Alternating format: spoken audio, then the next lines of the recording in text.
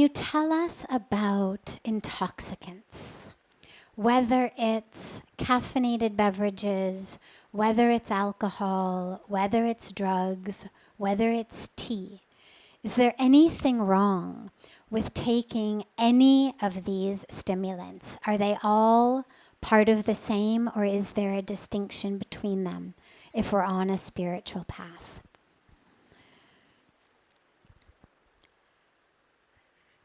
So, the point of a spiritual path is to wake up, but not just wake up the blood vessels, wake up inside the self, wake up to the truth of who you are.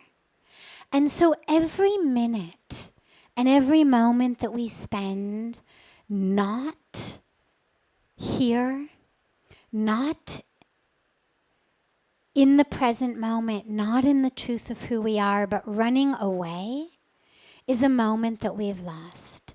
And this is why almost all of the world's spiritual traditions caution us against intoxicants.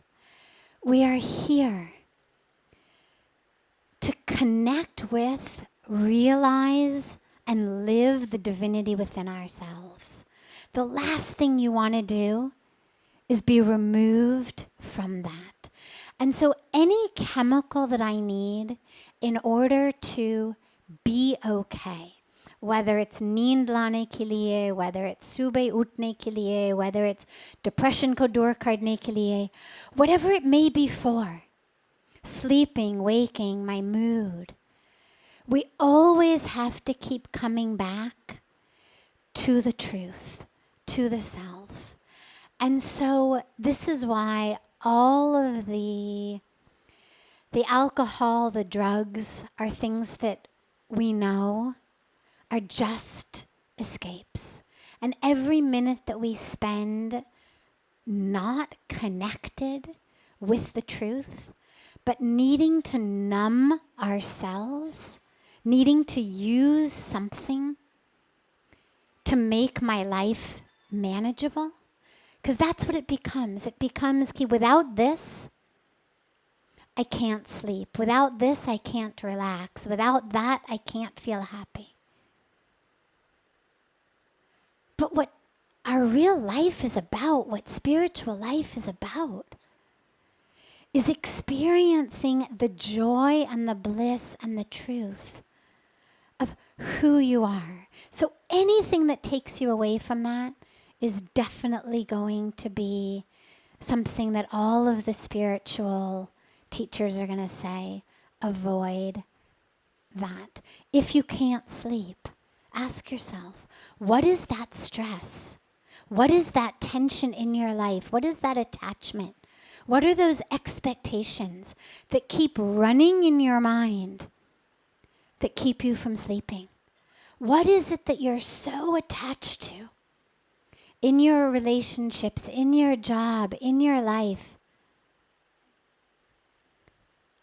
that it steals your sleep? And this is the path of introspection. And then in terms of things like tea and coffee, these are not things that change our consciousness. There's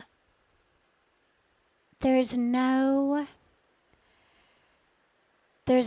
deep spiritual reason or even medical reason on a scientific level or a spiritual level that I would say don't drink tea or coffee. However,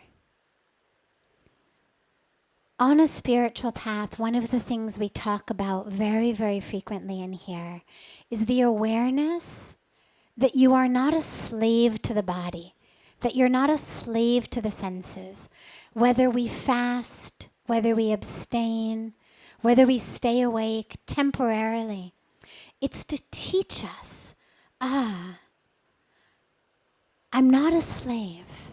Yes, my stomach is grumbling. Yes, my throat is saying this. Yes, the body wants sleep. But nonetheless, I'm on a fast, or I'm staying awake all night meditating, or I'm abstaining, to teach us how to live with discipline, to teach us how to be not the slave of the body, but the master of the body. So the body becomes a tool, not the one calling the shots. And so what I would say is, if you find yourself horribly addicted to it, it might be a really, really good thing to do, just to take a break from it for a while.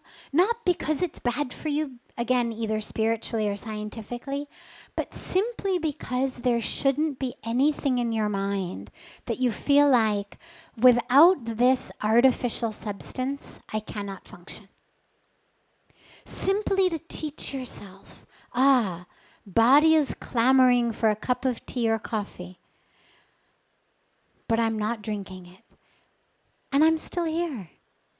And the sky hasn't fallen. And I haven't collapsed. And I haven't died. And I haven't been unable to function. I've got a headache. All right, it'll go away. I mean, really, like that's the worst that happens. You're a little groggy, you've got a bit of a headache. But we become such slaves to it. And so a lot of that practice is not because